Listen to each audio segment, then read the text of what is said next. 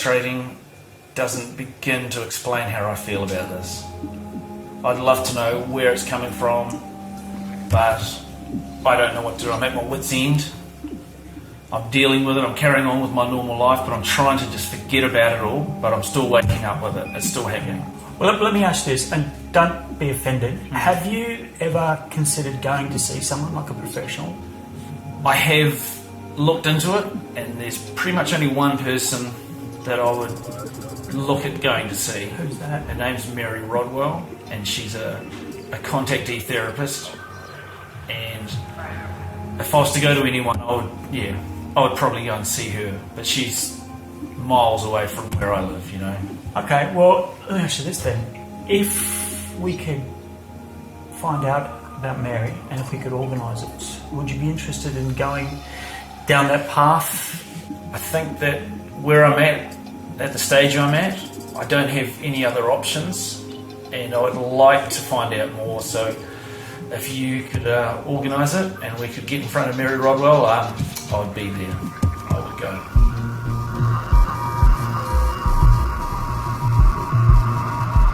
So what is it that we're seeing? What do you think that we're actually seeing?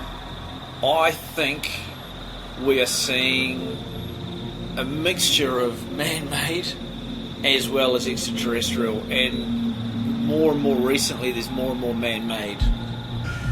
What are these UFOs really? Look, I mean, personally, I really have no idea. You know, a lot of them are misidentified. A lot of them are obviously drones, you know, unmanned aerial vehicles. Is there a possibility that we are being visited by, you know, intelligence from another world in this universe of ours, as opposed to some form of, you know, experimental military vehicle? Some of the things that I've seen, I know that aren't from here, because there's no way that it's not just a disc-shaped UFO.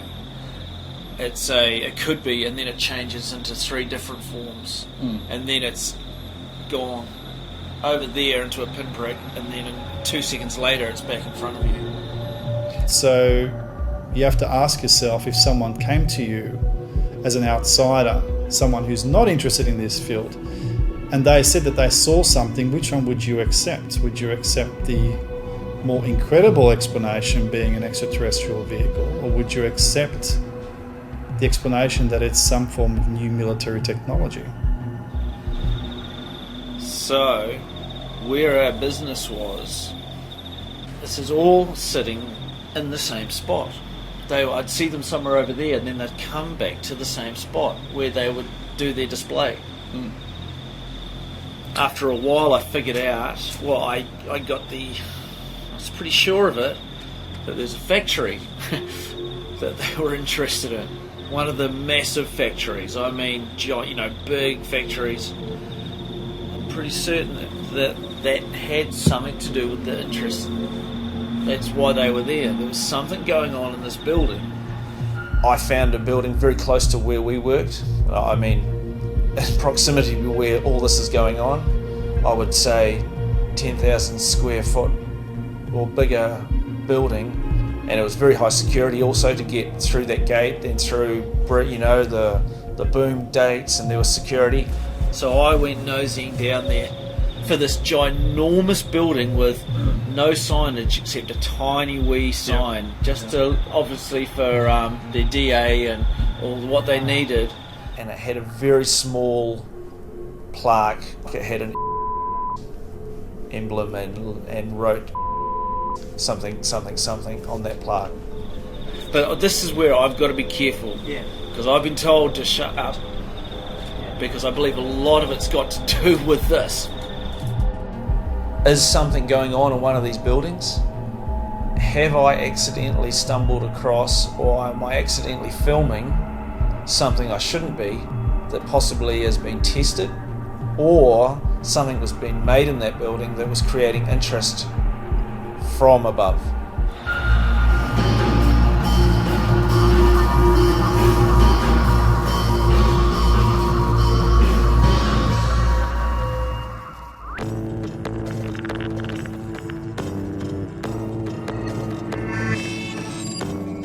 Hey guys, how you going? I've been getting a lot of thought to Liam's marks on the body and how a doctor said they were snake bites. Now, admittedly, Australia has a lot of snakes. So we're on our way to meet up with an old friend of mine, Richard, who appeared in the first Australian Skies film. Now, Richard's a farmer, so he's dealt with snakes on a fairly regular basis. And when I rang him and I said, look, can I come out and ask you a couple of questions about snake bites? He said, look, I'm actually going to be removing a snake from a shed this afternoon. Why don't you come over and watch, and then afterwards we can have a bit of a chat. Now, most Australian farmers will remove snakes themselves off their properties. They are experienced. They have grown up around snakes. They know which ones are venomous and which ones are non-venomous. They know which ones that they can remove safely themselves, and when they should probably ring someone up to come out and give them a hand to remove a snake. Having said that, if you're having a snake problem, always ring a professional and get them to come out to remove the snake. Do not attempt to do this yourself at home. If it was me, I would have 10 professionals come out to remove the snake. I would have the military or have a SWAT team come out, because I really don't like snakes. And I can't believe you're making me go out and do this, Joe. This is your fault. This is your fault.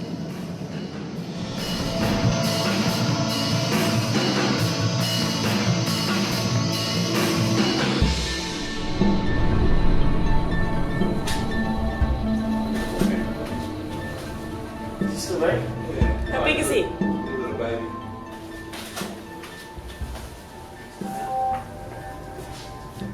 Now he'll want to move pretty quick, so don't jump around. Just sort of. Sorry, can't help.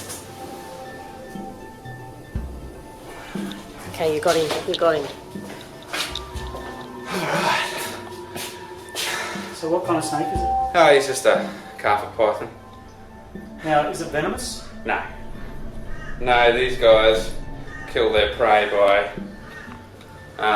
constricting. Let me ask you this, Rich. Have you ever been bitten by a snake before? Yeah, plenty of times. Now, next question. Did it hurt? Oh yeah, yeah it hurts. If this fellow crawled up in your bed, you'd feel it. Yeah.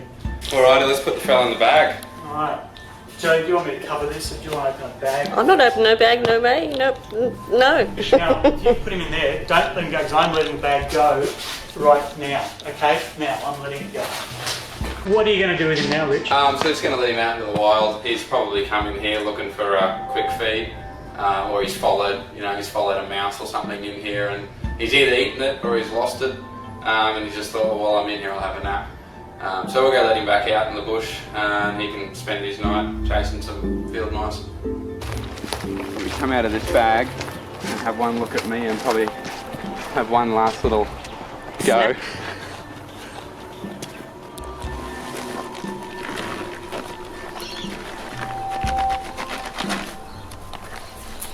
See what I mean? Yeah. He's like, you. Just getting used to it. They camouflage quite well, don't they? Yeah. So a lot of people come down tracks, they don't even see them at night, because they just literally look like the ground. Yeah, but stick that's their, still. That's their best defence mechanism, eh? Especially these things that aren't venomous. All they've really got is their camouflage. When you get bitten by a snake, is there ever any blood? Yes, yeah, there's blood, especially when you remove the snake from the bite. Most venomous snakes do have a portion of the venom that's designed to stop the blood from clotting. You're definitely going to bleed. If a snake crawled up into your bed and bit you while you were sleeping, do you think you would wake up? You wouldn't sleep through it. You wouldn't sleep through it? No, no, definitely not. No. Good stuff. I'm happy with that. Ah, snake!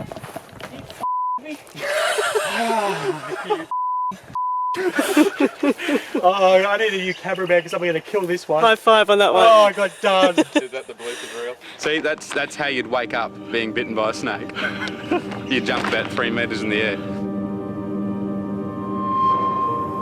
When you hear someone's story, often they're the most sceptical of all, because part of them still wants to believe it's not real.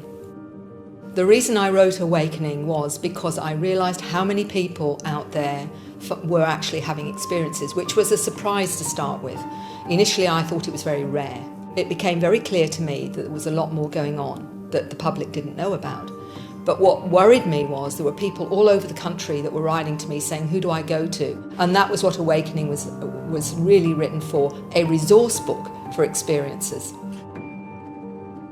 You know, they may say, well, you're probably going to think I'm crazy. You know, I saw this UFO and I felt different afterwards, and I'm not quite sure if something happened with time or whatever. You know, the first thing that I say to them is, look at the questionnaire that I'm going to send you. And that is the very first thing I do, because they may not have been aware that this may have well been happening all their life. And seeing the UFO is the final part of their waking up. There's a lot of misconceptions about regression. We've all got a knowing inside us, you know, that resonance to truth. Even if we can't prove it, we have that kind of resonance when we hear stuff.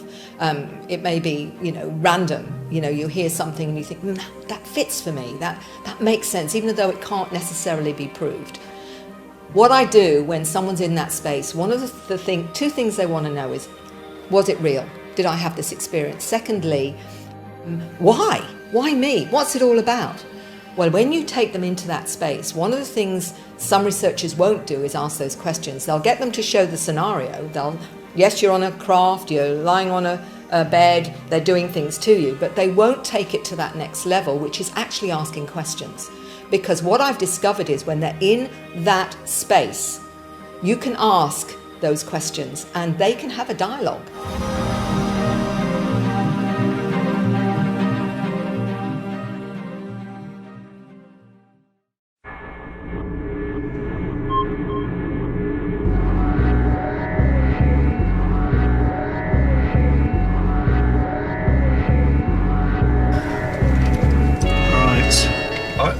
Do you reckon you can still keep the camera rolling if the security guard asks? Oh, hell yeah, we'll just... Don't stop recording, Michelle. Just how we get it over in Chernobyl. Yeah. Put the camera down. Okay, sorry guys, we're going Ghost Vision handheld here. We've come out to have a bit of a look at this area that Liam is talking about. This could just be one big coincidence. And that's what we're here to try and find out is, does this plaque exist? Does this company exist here? And is there something strange going on? Okay, apparently this is it, mate. It's just right in front of us. How come we didn't see it? I don't know.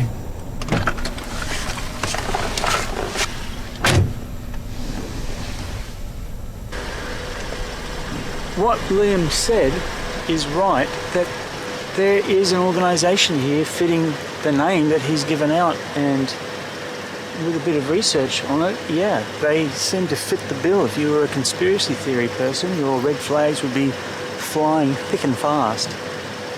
Does it prove anything? No, it doesn't. I still believe in coincidence, but it's very interesting. Right, go back in.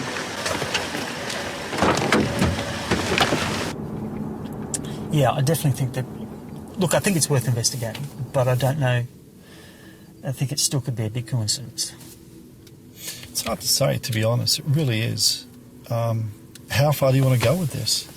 Well, that's a really good question, because all the conspiracy stuff terrifies Liam. He doesn't want anything to do with it, doesn't want his family involved, and he's asked me to keep it all out, be very careful of it. I have another idea, though. I need your opinion on this. I think that we should not pursue this at this point for this film that we're making now of Liam. But I do have another idea of where possibly we could go. Last night, Liam were in the kitchen and we were talking, and I asked him if he'd ever considered going to see a therapist or a professional to talk about his experiences. Surprisingly, he said he had, and that the only person that he would actually go talk to was a therapist by the name of Mary Rodwell, who apparently specialises in contactees.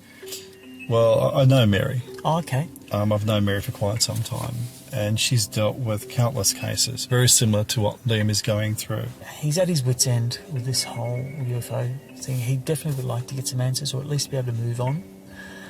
What I'd like for him is to be able to walk away from this film with at least a little bit of peace, if he could get that. Send him back to his family with a bit of peace. Do you think there's a shot that might work if we go see Mary Rodwell?